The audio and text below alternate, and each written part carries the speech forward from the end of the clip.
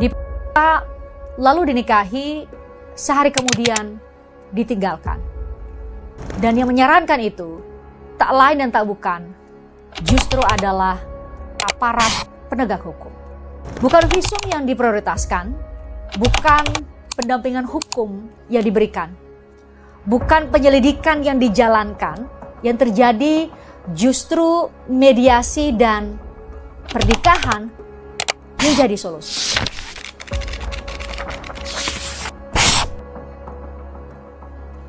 Miris memang, tapi ini wajah sistem hukum kita. Dan ini bukan kasus tunggal.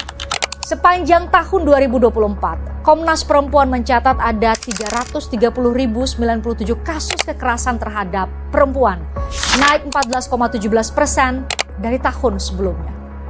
Dan tahukah Anda berapa yang benar-benar diproses hingga vonis? Kurang dari 30% dari jumlah itu. Banyak yang diarahkan untuk damai, sebagian diantaranya korban diminta menikahi pelaku.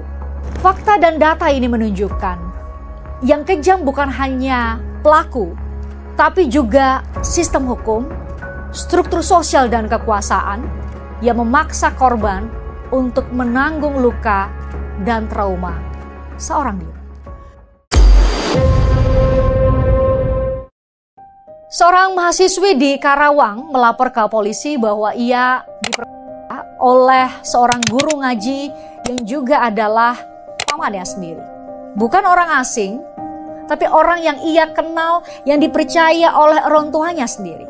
Tapi bukan keadilan yang ia dapatkan, bukan perlindungan, bukan penyelidikan dan penyidikan lebih lanjut. Yang ia dapat adalah tawaran damai. Ia dinikahkan dengan pelaku dan sehari setelahnya ia diceraikan. Inilah bentuk kekerasan kedua. Kekerasan yang dilemuri stempel moral yang dibungkus dalam kata aib dan kehormatan. Pernikahan dipakai sebagai perisai untuk menghindari proses pidana. Kita tidak sedang bicara tentang kekerasan yang hanya merusak tubuh. Kita sedang bicara tentang kekerasan yang meremukkan harga diri, menghancurkan martabat, dan merampas hak paling dasar untuk diperlakukan sebagai manusia.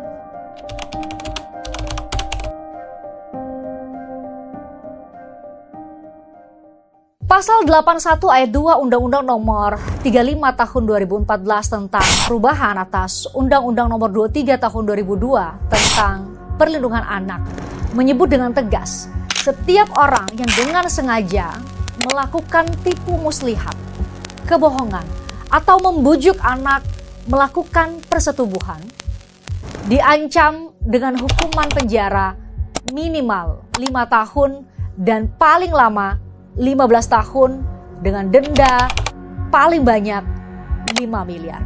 Pasal 10 Undang-Undang Nomor 12 Tahun 2002 tentang tindak pidana kekerasan seksual mengatur setiap orang yang menempatkan seseorang di bawah kekuasaannya untuk melakukan atau membiarkan dilakukan perkawinan dengannya atau orang lain diancam maksimal 9 tahun penjara atau denda 200 juta rupiah.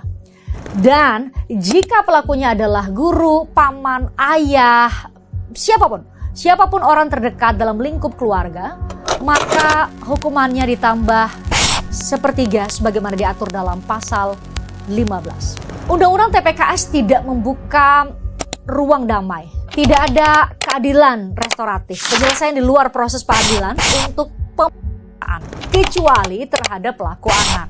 Jadi seharusnya tidak ada jalan pintas dengan sudahlah, nikah saja. Dan korban di Karawang bukanlah yang pertama. Ada ratusan perempuan lain dipaksa menikahi pelakunya, dibiarkan dengan trauma, dan bahkan harus membesarkan anak dari pemeriksaan, seolah-olah itu adalah takdir yang harus ia terima. Saya pernah menyaksikannya langsung. Pada tahun 2024, saya dan tim FG Media meliput langsung ke sebuah desa di Purworejo, Jawa Tengah. TKP-nya dekat rumah, ini diduga. Rumahnya justru ini. Iya, Terjadinya diduga di rumah. Iya. Berarti nggak pas pada saat nggak ada orang tuanya. Ada. Iya, menurut anak-anak ada. 2 anak perempuan, kakak dan adik, usia mereka masih belia, diperkosa oleh 13 orang tetangganya sendiri, bergiliran, berulang, bertahun-tahun. F di sini, ya. Kalau malam berarti memang gelap, Bu? Nggak ada penerangan, enggak. Terduga F, berarti terduga N, terduga F. Berarti ini adalah... Ini, tapi rumah terduga F di sebelah sana. Oh, nggak jauh dari sini ya, Iya. Bu? Nggak jauh dari sini. Sawah, kebayang nggak malam hari situasi begini nih? Nah, kalau titik TKP-nya ini di sini ini. Di sini. Cuman pada saat kejadian itu pelaku dan korban berboncengan motor. Arahnya dari sana. Salah satu korban yang baru berusia 15 tahun ketika itu dinikahkan dengan salah satu pelaku. Seolah-olah perkawinan itu bisa menghapus jejak dosa. Cepat ketangkap pelakunya. Karena adik sendiri masih kenal mereka sekarang. Masih bisa ngenalin nggak? Masih. Adik masih ingat semuanya. Nama-namanya gitu, ini siapa, adik masih ingat. Ada yang enggak ya.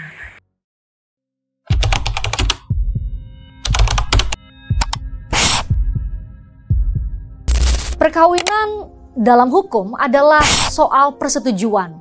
Dalam hidup mestinya tentang cinta, keinginan, dan kesadaran 2 insan.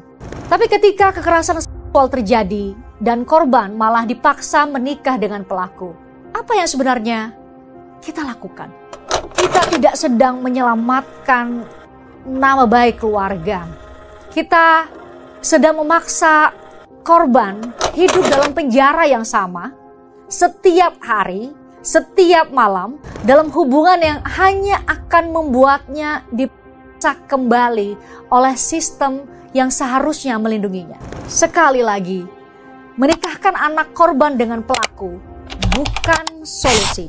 Itu adalah bentuk kekerasan yang dilegalkan dan masa depan anak perempuan dikorbankan demi ilusi kehormatan. Ya, sering kali kita mendengar kalimat, ya begitulah budaya kita, daripada malu, mending dinikahkan saja.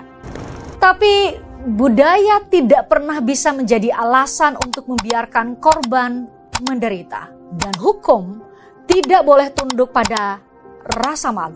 Kalau pernikahan dijadikan solusi dari kekerasan, maka kita sedang merayakan ketidakadilan dalam upacara yang sah.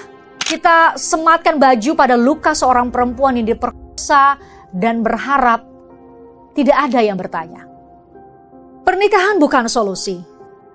Solusi yang sesungguhnya adalah keadilan. Itu berarti pelaku disidik dan diadili. Korban dilindungi dari tekanan dan intimidasi, pendampingan psikologis, dan hukum diberikan sejak awal.